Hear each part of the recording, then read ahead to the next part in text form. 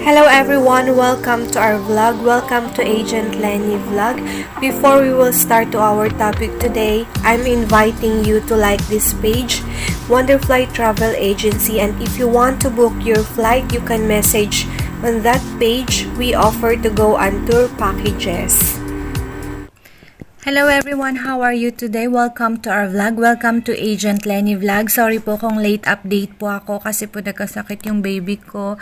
Ayun guys, pasensya na po sa mga nag-travel in advance this week. Pero eto po sa mga magta-travel on the second week, same po requirements lahat ng airlines ngayon.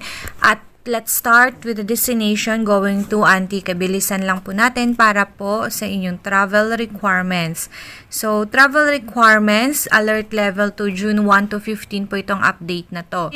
Vaccinated, going to Antique, kailangan nyo po ng valid ID, vaccination card, or vaccination certificate. Halos naman lahat ngayon pag kayo ay fully vaccinated, yung requirements nyo is valid ID and vaccination card po. Pero hindi po lahat yun ng provinces. Abangan nyo po yung inyong province kung ano po yung mga travel requirements sa vlog na to. For unvaccinated naman, negative RT-PCR test conducted not earlier than 3 days prior departure, approve SPAS, and those people who are traveling below 5 years of age na baby, the following are required. TWTP updates, negative RT-PCR test conducted not earlier than 3 days prior departure, and birth certificate. Yun po yung requirements going to Antique. Let's go to Bacolod. Travel requirements going to Bacolod. Alert level 1, Negros Occidental Province. If you are fully vaccinated, just present your valid ID and vaccination card. Partially naman or unvaccinated, valid ID only, negative RT-PCR or rapid antigen test 48 hours prior departure. And then, doon naman po sa Bacolod City, if you are fully vaccinated, valid ID and online backtrack registration. If you are partially unvaccinated individuals, valid ID, online backtrack registration, negative rapid antigen test 48 hours prior departure. Now, Basco. For returning resident, valid ID, letter of certificate of acceptance, at kailangan nyo po mag-message dun sa Facebook page nila para po sa Basco Travel Acceptance. Ito po yung mga details, yung hometown nyo po, complete name, purpose of travel to Basco, intended airline, name of hotel quarantine facility, work travel order, age, birthday, and gender, contact information, address in Batanes, and address in the point of origin, vaccination card, and line of work, and approve SPAS. So, allowed na din po sa Batanes yung tourist guys, proof of vaccination lang po ang kailangan. 5 years old and below, those ineligible for vaccination or any person not fully vaccinated shall not be accepted. So, hindi po allowed pag kayo ay may dalang mga bata, lalo na po yung mga hindi pa na-vaccine.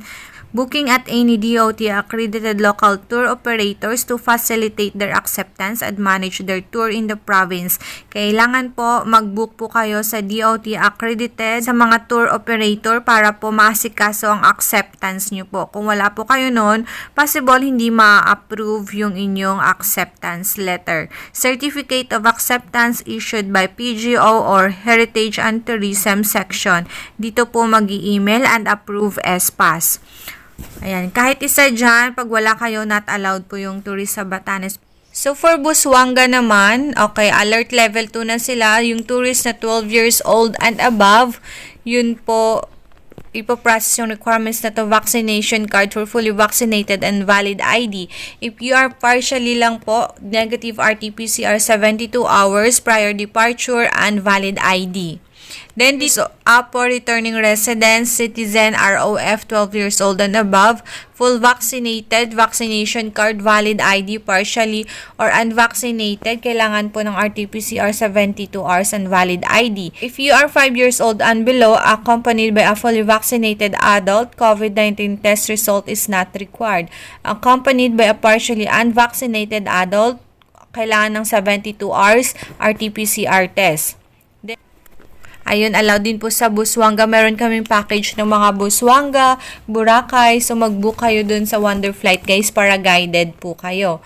For Butuan naman, travel requirements for fully vaccinated, valid ID and vaccination card. For unvaccinated, valid ID and negative RT-PCR or antigen 72 hours. For Cagayan de Oro requirements, online pre-arrival coordination system or OPCORS, update, personal copy, and approve. So note all travels to Cagayan province and city are strictly monitored and must be pre-coordinated and approved via OPCOR app.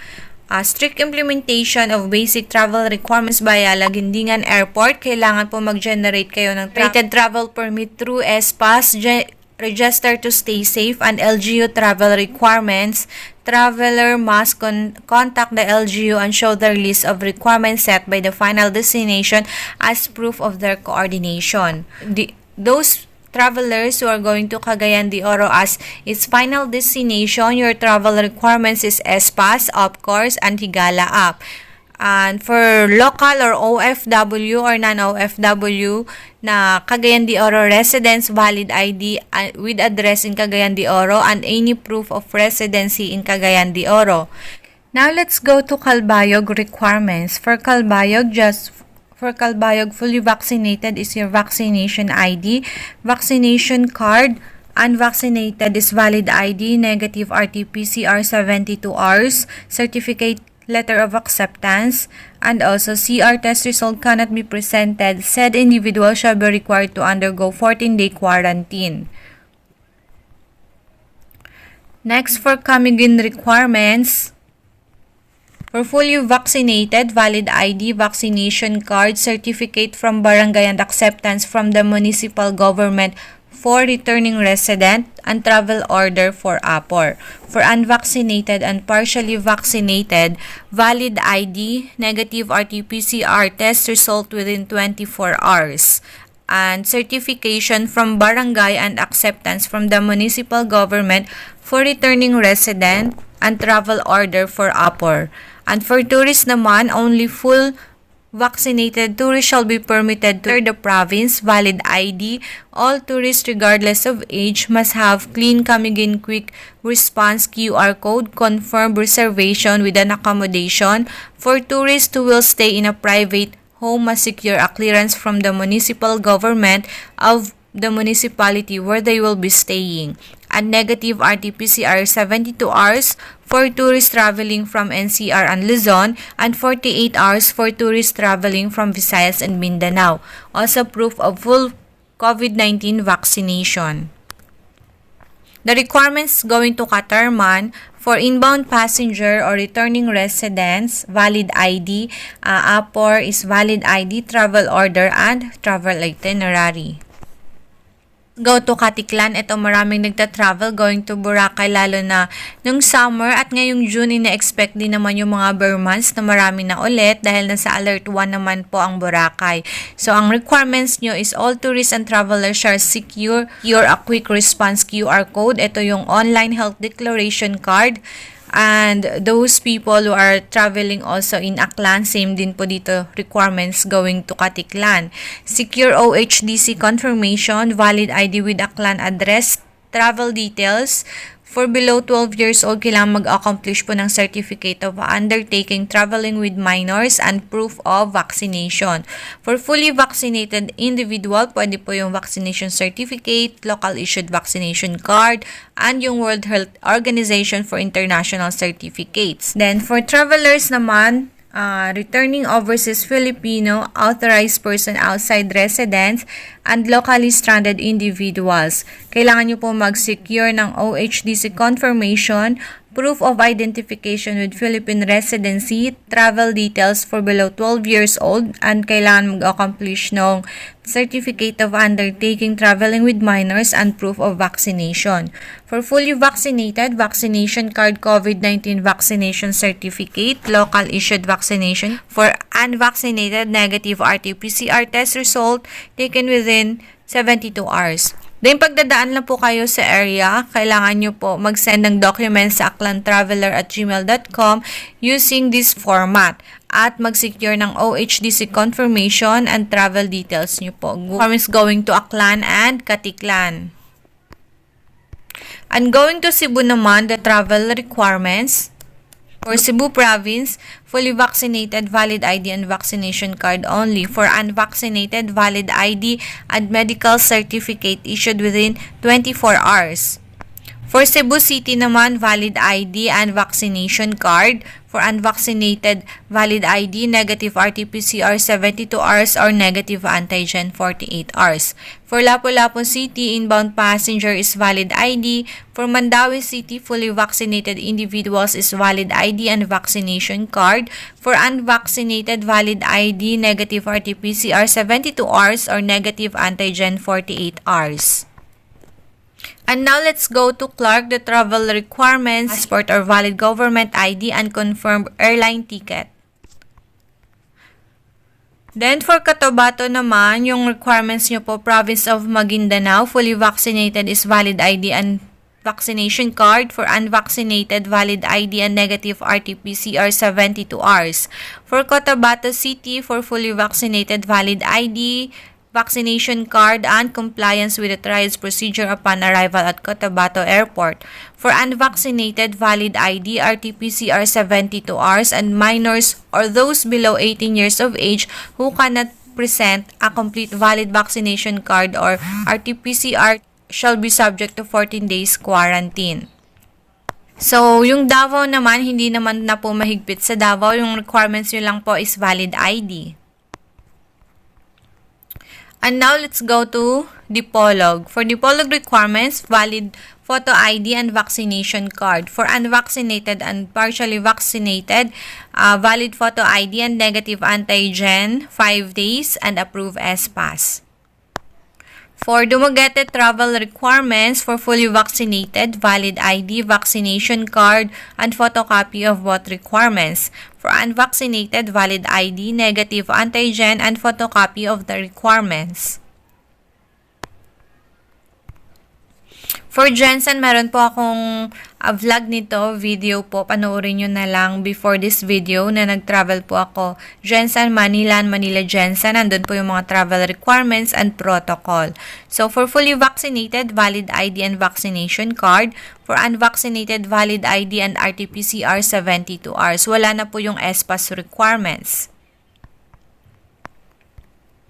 Now, let's go to Iloilo. Fully vaccinated, vaccination card and valid ID. For partially is valid ID and negative 72 hours. In Kalibo naman, the travel requirements is same po dun sa Boracay na nabasa po natin. Yung OHDC, kailangan may address po kayo papunta doon sa Aklan, and travel details. Yung 12 years old mag-accomplish po ng Certificate of Undertaking Traveling with Minors and proof of vaccination. So, for Lawago requirements, valid ID, valid vaccination card.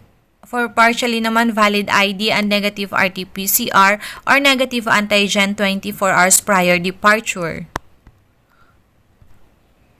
Ito naman for Legazpi naman, the travel requirements only is valid ID and vaccination card. For unvaccinated, valid ID and negative antigen 48 hours.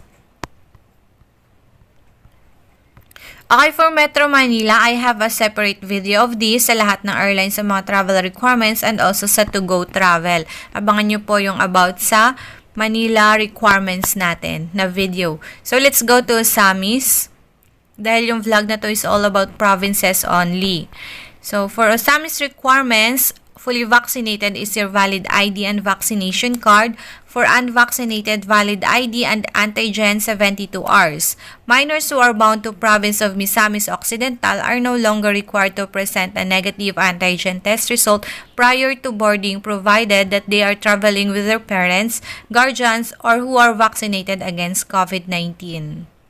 So, may mga area talaga na bawal yung mga bata, di ba? Meron din naman allowed nila basta accompanied by the adult. So, let's go to Pagadian. The travel requirements are all non-uppers or LSI upon entering to the city. All arriving passenger who took the RT-PCR test upon arrival will not be required to undergo 14 days quarantine. Meron pong swabbing will be held at Pagadian City Airport for travelers who are entered the city. At kailangan po ng S-Pass. Approve S-Pass or pending is okay po. Nagtanong kung ano po yung requirements sa Puerto Princesa. Ito na po yung requirements niyo, sir or ma'am. Puerto Princesa City for fully vaccinated, tourist returning resident, valid ID and vaccination card na lang po. For unvaccinated, originating kung Alert 1 kayo, valid ID na lang. And originating from Alert Level 2 or higher, kailangan alam nyo kung anong alert level ang pinanggagalingan nyo dahil magkakaroon kayo ng antigen and valid ID kung Alert Level 2 pataas ang lugar nyo po na pinanggalingan or place of origin nyo po. For Province of Palawan, returning residents and returning overseas Filipino, non-OWA flight, fully vaccinated, valid ID or barangay certificate, negative antigen 24 hours, kailangan pa din po yun, and shall be compulsory only if required by the municipality destination yung antigen for fully vaccinated individual. Then yung approved SPAS, kailangan din po.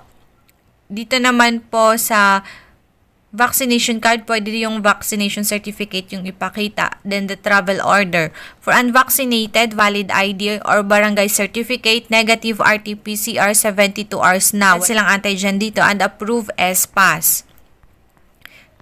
Mas sumigpit yung province of Palawan. For tourists naman, going to province, valid ID, vaccination card, approved SPAS, hotel bookings, and return ticket. For ROHAS requirements, for fully vaccinated, vaccination certificate. For unvaccinated, RT-PCR, 72 hours. Exempted po yung 3 years old below. Let's go to Siargao. Travel requirements for Siargao is valid ID and vaccination card. For partially vaccinated, valid ID, negative RT-PCR, 48 hours, and or antigen, 24 hours. Tacloban, valid ID and vaccination card only. For partially naman, valid ID, negative RT-PCR 72 hours or antigen 24 hours. Going to Tagbilaran, the travel requirements are valid government-issued ID and vaccination card. If you are not vaccinated, valid ID and 72 hours RT-PCR. Okay, second to the last, travel requirements going to Tawi-Tawi is for fully vaccinated, vaccination card only. For unvaccinated, kailangan nyo po mag-RT-PCR test and except po yung children below 12 years old. Then last province is Zamboanga. The travel requirements for fully vaccinated is valid ID. For unvaccinated is valid government ID and RT-PCR test. Yun po yung travel requirements. Hindi pa rin po nagbago last month yung Zamboanga. So, abangan nyo din po yung to-go travel requirements natin. Itatakal ko po yun sa inyo, guys. See you on our next vlog. Thank you for watching! I'm inviting you guys to like this page, Wonderfly Travel Agency and Agent Lenny. Kung gusto nyo pong magpabook ng flight nyo, message nyo lang po yung Wonderfly Travel Agency. And then kung may question po kayo sa vlog na to, message nyo po yung Agent Lenny. If you want more travel update, please like this video and share para marami tayong matulungan. And don't forget to click the subscribe button and the bell icon so that you will be updated on my next video. Goodbye everyone. Thank you for watching.